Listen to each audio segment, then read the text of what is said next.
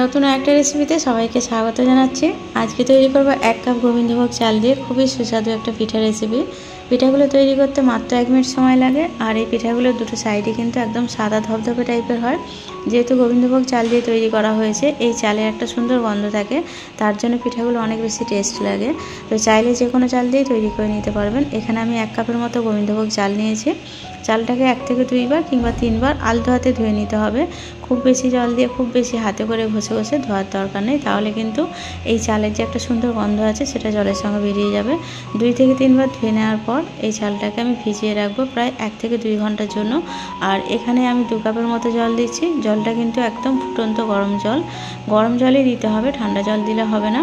তো হাতে যদি বেশি সময় থাকে, বেশি সময় অবধি এটাকে রেস্টে রাখতে পারেন। আমি 1 থেকে 2 ঘন্টার মতো এটাকে রেস্টে রেখে দিলাম। 1 থেকে 2 ঘন্টা পর চালটা কিন্তু অনেকটাই নরম হয়ে গেছে। হাতে যদি আরও বেশি সময় থাকে, বেশি সময় ধরে চালটা ভিজিয়ে রাখতে পারেন, তাতে চালটা অনেক বেশি নরম হয়ে গেলে বাড়তে সুবিধা হবে। আর যদি সময় কম থাকে তাহলে 1 ঘন্টাই যথেষ্ট। তো এক্সট্রা যে জলটা ছিল সেটা একটা বাটিতে ঢেলে নিচ্ছি। আর চালের সঙ্গে অল্প একটু জল দিয়ে পেস্টটা বানিয়ে নেব। পেস্টটা তৈরি করতে গিয়ে যদি মনে হয় একটু জলের প্রয়োজন আছে, তাহলে যে জলটা বাটিতে রেখেছিলাম ওই জলটা দিয়ে পেস্টটা একটু মিহি করে করতে হবে, আর একটু পাতলা করেই করতে হবে। তো মিক্সিতে না করেও যদি মনে হয় শিলেতে বেটে নেবেন, তাহলেও কিন্তু ভালোভাবে বেটে নিলেই এই পিঠাগুলো তৈরি হয়ে যাবে। তো চালটা আমার খুব ভালোভাবে বাটা হয়ে গেছে। একটা পাত্রে ঢেলে নিচ্ছি। আর যে জলটা আমি বাটিতে তুলে রেখেছিলাম ওই জলের কিছুটা জল আমি এই মিক্সিং জারে দিয়ে জারটা ধুয়ে অল্প একটু জল অ্যাড করছি। কিছুটা জল আমি বাটার সময় ব্যবহার করেছিলাম, আর কিছুটা জল এখন ব্যবহার করলাম। এরপর স্বাদ অনুযায়ী নুন দিয়ে দেবো। নুনটা যে যার স্বাদ বুঝে দিতে হবে। নুনটা দেওয়ার পর খুব ভালোভাবে আবারও 1 থেকে 2 মিনিট সময় নিয়ে একটু ফেটিয়ে নিতে হবে। ব্যাটারটা খুব ভালোভাবে নেড়েচেড়ে মিশিয়ে নিলে ব্যাটারটা যত ভালোভাবে রেডি হবে, পিঠেগুলো কিন্তু ততটাই খেতে ভালো লাগবে। তো ভালোভাবে মিশিয়ে নেওয়ার পর এটাকে আমি 10 মিনিটের জন্য আবারও একটু ঢেকে রাখছি, যাতে নুনটা খুব ভালোভাবে মিশে যায়। আর ব্যাটারের ঘনত্বটা ঠিক এইরকম হবে, যেন একটা লেয়ার তৈরি করে। চামচের পেছনে এইভাবে টানলে যেন একটা স্তর পড়ে যায়, এইরকম ব্যাটারটা তৈরি করতে হবে। খুব বেশি পাতলা করলেও হবে না, আবার খুব বেশি ঘন করলেও হবে না। তবে একটু পাতলা হলে অসুবিধা নেই, খুব বেশি ঘন হলে পিঠেগুলো অনেক বেশি মোটা মোটা তৈরি হবে। তো 10 মিনিটের জন্য আমি এটা ঢেকে দিলাম। আর এই সময়ের মধ্যে চাইলে দুধটা রেডি করে নিতে পারেন। তো 10 মিনিট পর আমি পিঠাগুলো তৈরি করে নেব, তারপর দুধটা একবারেই রেডি করব। তো এখানে আমি একটা প্যান বসিয়ে সামান্য একটু ঘি দিয়ে দিলাম। ঘিটা 2 থেকে 3 ফোঁটা দিলেই হবে। যে পরিমাণটা আমি দিয়েছি এতটা না দিলেও হবে, অল্প একটু ঘি লাগে। তো ঘিটা দিয়ে আমি প্যানটা ব্রাশ করে নিলাম। তারপর একটা ছোট্ট ডাবু চামচের সাহায্যে ছোট ছোট একদম বাতাসার মতো করে দিতে হবে। চাইলে একটু বড় করেও দিতে পারেন, আবার চাইলে এর থেকে ছোট করেও তৈরি করতে পারেন। আর গ্যাসের হিটটা এখন হাইতে ছিল। পিঠাগুলো দেওয়ার পর আমি গ্যাসের হিটটা লো করে দেব। একটা একটা করে সবগুলো পিঠা দিয়ে দেব। আর একটা প্যানে কিন্তু অনেকগুলো পিঠা রেডি হয়ে যাবে। যেহেতু পিঠাগুলো অনেকটা ছোট ছোট করে করতে হয়, একবারে অনেকগুলো দিলে কিন্তু খুব কম সময়ে অনেকগুলো পিঠা রেডি করে নিতে পারবেন। এরপর গ্যাসটা লো করে দিয়ে ঢাকনা দিয়ে 1 মিনিটের মতো অপেক্ষা করব। 1 থেকে 1.5 মিনিট অপেক্ষা করার পর পিঠাগুলো খুব ভালোভাবে কুক হয়ে যাবে। আর দুটো সাইডই কিন্তু সাদা থাকবে, আর খুব ভালোভাবে উঠেও আসবে, কোনো রকম তুলতে ঝামেলা করতে হবে না। পিঠার উল্টো দিকটাও কিন্তু এইরকমই সাদা থাকবে, দুটো দিক একদম সাদা ধপধপ করবে। এইভাবে পিঠাগুলো তৈরি করতে হবে। আর খুব বেশি সময় নিয়ে একদম লাল করে তোলার দরকার নেই। 1 থেকে 1.5 মিনিট সময় নিয়ে অপেক্ষা করলেই কিন্তু পিঠাগুলো খুব সহজে উঠে আসবে, আর খুব ভালোভাবে কুকও হয়ে যাবে। আর গ্যাসের হিটটা কিন্তু একদম লোয়েতে রেখে পিঠাগুলো তৈরি করতে হবে। তো সবগুলো পিঠা আমার রেডি হয়ে গেছে, একটা একটা করে তুলে নিচ্ছি। প্রথমে হয়তো একটু অসুবিধা হলেও পরের পিঠাগুলো কিন্তু খুব ইজিলি উঠে আসবে, কোনো রকম তোলা ঝামেলা হবে না।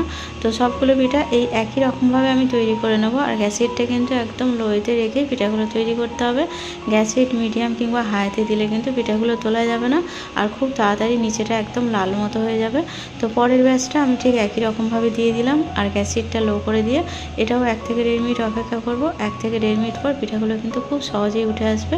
তো এই পিঠাগুলো আমি তুলে নেব। আর একবারে অনেকগুলো পিঠা দেয়া হচ্ছে বলেই কিন্তু পিঠাগুলো তৈরি করতে খুব বেশি সময় লাগবে না, খুব ঝটপট তৈরি হয়ে যাবে। একসঙ্গে 8টা 9টা পিঠা তৈরি করে নিলে 3-4টে ব্যাচেই কিন্তু অনেকগুলো পিঠা রেডি হয়ে যাবে। তো সবগুলো পিঠা ঠিক একই রকমভাবে তুলে নিচ্ছি। আর যদি মনে হয় ঘিয়ের জায়গায় আপনারা বাটার ব্যবহার করতে পারেন, তো সেখানে বাটারও দিতে পারেন, অসুবিধা নেই। তবে তেল দিয়ে তৈরি করা যাবে না, তাহলে তেলের একটা যে গন্ধ আছে তার জন্য কিন্তু পিঠাগুলো খেতে একদমই ভালো লাগবে না।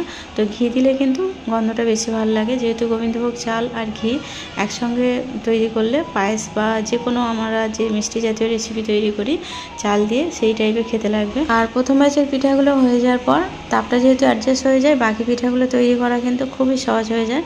আর সববারে কিন্তু ঘিয়ের প্রয়োজন হয় না, ব্রাশে যতটুকু যা ঘি লেগে থাকে সেই ব্রাশটাই একটু প্যানের মধ্যে লাগিয়ে নিলেই কিন্তু পিঠাগুলো তৈরি হয়ে যাবে। আর বাকি পিঠাগুলো কিন্তু কোনো রকম স্প্যাচুলা বা খুন্তি ছাড়াই আপনি হাতে করেই তুলে নিতে পারবেন। আর খুব সহজেই 1 থেকে 1.5 মিনিটে পিঠাগুলো হয়ে যাবে। তো চাইলে পিঠা সাইজটা বড় বড় করেও তৈরি করে নিতে পারেন। একদম ছোট ছোট করে তৈরি করলে পিঠাগুলো দেখতেও ভালো লাগে আর খেতেও ভালো লাগে, টুকরো করার প্রয়োজন পড়ে না, চামচের সাহায্যে পিঠাগুলো খেয়ে নিতে পারবেন। আর গোবিন্দভোগ চালের জন্যই কিন্তু পিঠাগুলো খেতে অনেক বেশি টেস্ট লাগে, সুন্দর গন্ধ থাকে তার জন্য। আর চাইলে কিন্তু কেনা চালের যে কোনো আটা দিয়ে এই পিঠাগুলো রেডি করে নিতে পারেন। তো সবগুলো পিঠা আমার রেডি হয়ে গেছে। এরপর দুধের মধ্যে দিয়ে পিঠাগুলোকে একটু ফুটিয়ে নিতে হবে। তো এখানে আমি আমুলের লিকুইড দুধ ব্যবহার করেছি, আপনারা চাইলে পাউডার দুধকে জলের মধ্যে গুলেও তৈরি করে নিতে পারেন। এখানে আমি 1/2 লিটার দুধ দিচ্ছি। দুধটা দেওয়ার পর একটু গ্যাসেরটা মিডিয়ামে রেখে দুধটাকে ঘন করে নিতে হবে। আর যদি মনে হয় ফুটিয়ে ঘন না করে একটু গুঁড়ো দুধ মিশিয়ে ঘন করতে চান, সেক্ষেত্রেও করে নিতে পারেন। তো আমি এখানে 2টো এলাচ দিয়েছি, এলাচটা দিয়ে একটু নেড়েচেড়ে ঘন মতো করে নিচ্ছি। দুধটা যখন একটু ফুটতে শুরু করবে আর নেড়েচেড়ে একটু ঘন মতো হয়ে যাবে, তখন এতে চিনি দিয়ে দেবো। চিনিটা খুব বেশি দিইনি, পরে যেহেতু আমি এখানে খেজুরের গুড় ব্যবহার করব, 1/2 কাপের মতো চিনি দিয়েছি। চিনিটা দিয়ে নেড়েচেড়ে মিশিয়ে নিচ্ছি। মিশিয়ে নেওয়ার পর দুধটা যখন ফুটতে শুরু করবে তখন পিঠাগুলো এর মধ্যে দিয়ে দেবো, আর দিয়ে 1.5 থেকে 2 মিনিট পিঠাগুলোকে ফুটিয়ে নিতে হবে। আর বেশি ফোটালে কিন্তু কোনো অসুবিধা নেই, পিঠাগুলো ভেঙে যাবে না। তো আমি সবগুলো পিঠা দিয়ে দুধের মধ্যে একটু ডুবিয়ে দিচ্ছি। আর গ্যাসেরটা এখন একটু লোতে আছে। 2 মিনিট ফোটাবো। 2 মিনিট পর যখন পিঠাগুলো ফুটতে শুরু করবে তখন গ্যাসেরটা অফ করে দিয়ে পিঠাগুলোকে ঠান্ডা করতে দেবো।